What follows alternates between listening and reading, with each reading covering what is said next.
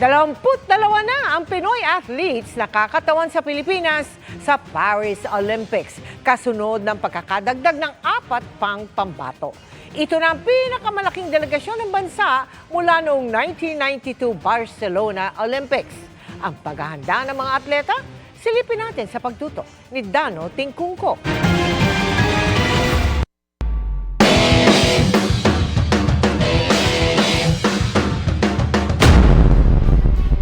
Road to Paris Olympics is real dahil nadagdagan pa ang 18 atletang Pinoy na kakatawan sa Pilipinas sa Olympics.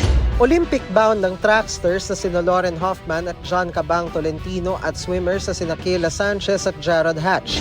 Qualified para sa 110-meter hurdles event si John na may hawak ng national record na 13.37 seconds para rito.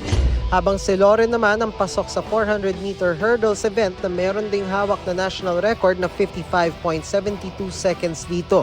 Lalangay naman para sa tagumpay si Kayla para sa women's 100-meter freestyle. Go for gold din si Jarod na pambato naman sa men's 100-meter butterfly. Sa kabuuan, meron ng 22 Filipino athletes na pasok sa Paris Summer Games. Ito ang pinakamalaking delegasyon ng Pilipinas mula noong 1992 Barcelona Olympics. Dahil ilang linggo na lang bago ang Olympics, puspusan na ang training sa Metz, France ng ilan sa ating mga pambato.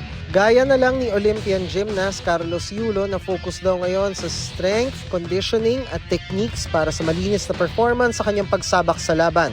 Ang rower na si Joni Delgaco na first Filipina rower na sasabak sa Olympics at swimmer na si Jared Hatch, walang humpay naman sa pagpapalakas para makondisyon ang katawan sa klima sa lugar.